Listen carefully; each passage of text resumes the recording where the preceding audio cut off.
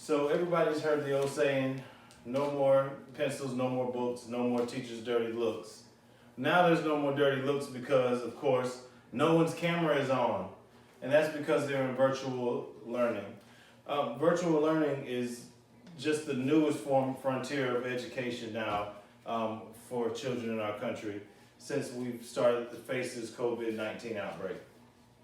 However, what we've learned is that although it does seem like technology has brought us to where we're in a place where we can do this effectively, we figured out that the traditional way of learning in person is superior. And it's my opinion that it is the only really effective way to educate our kids fully. So let me just start with a little bit of data. More than 6 in 10 teens are worried about actually falling behind right now because they're learning virtually. 20% worry about internet connection all day, every day.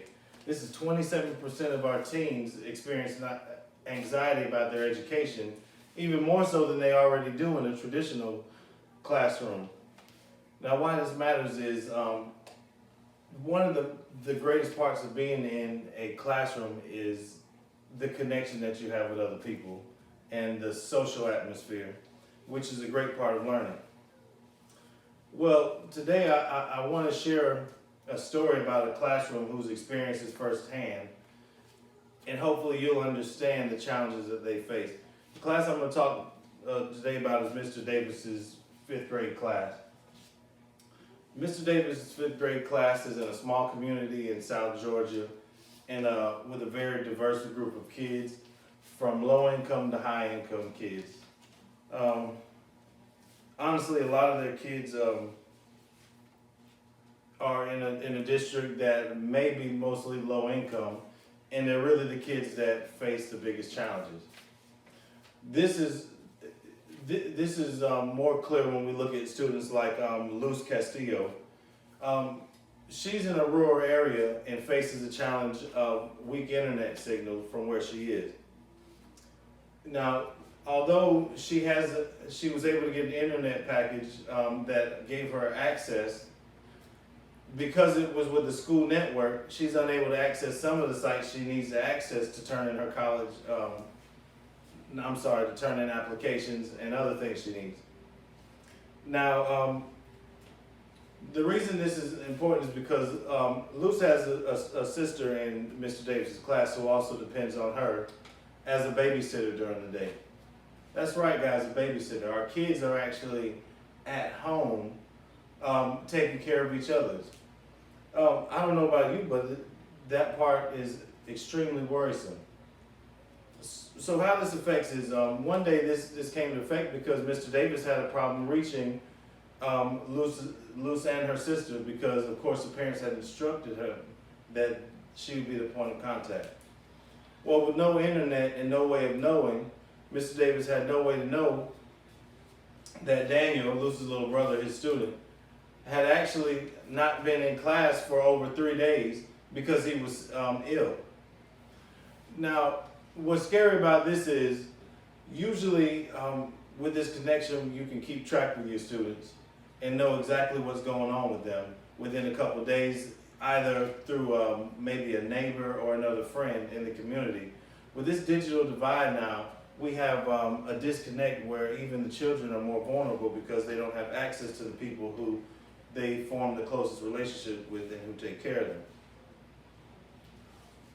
Now, to make another point, there's other students who face challenges in Mr. Davis's class.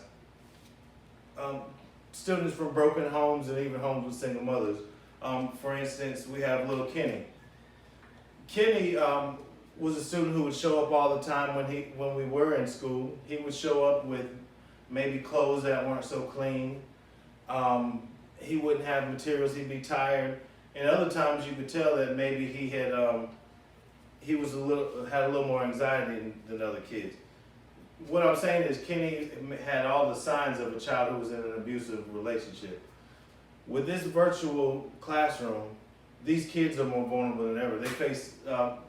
They're in a situation where they can't even come to a safe haven like school is for a lot of these children. little Kenny is another child who faces a digital divide. Inconsistency with turning on cameras. Mr. Davis would have to actually wait until after school to get Kenny to come on. Kenny was so ashamed of his house where he lived, he wouldn't take part in class with the other students. He didn't want to turn his camera on because he didn't want his friends to know what kind of situation he lived, that his mom didn't clean up the house.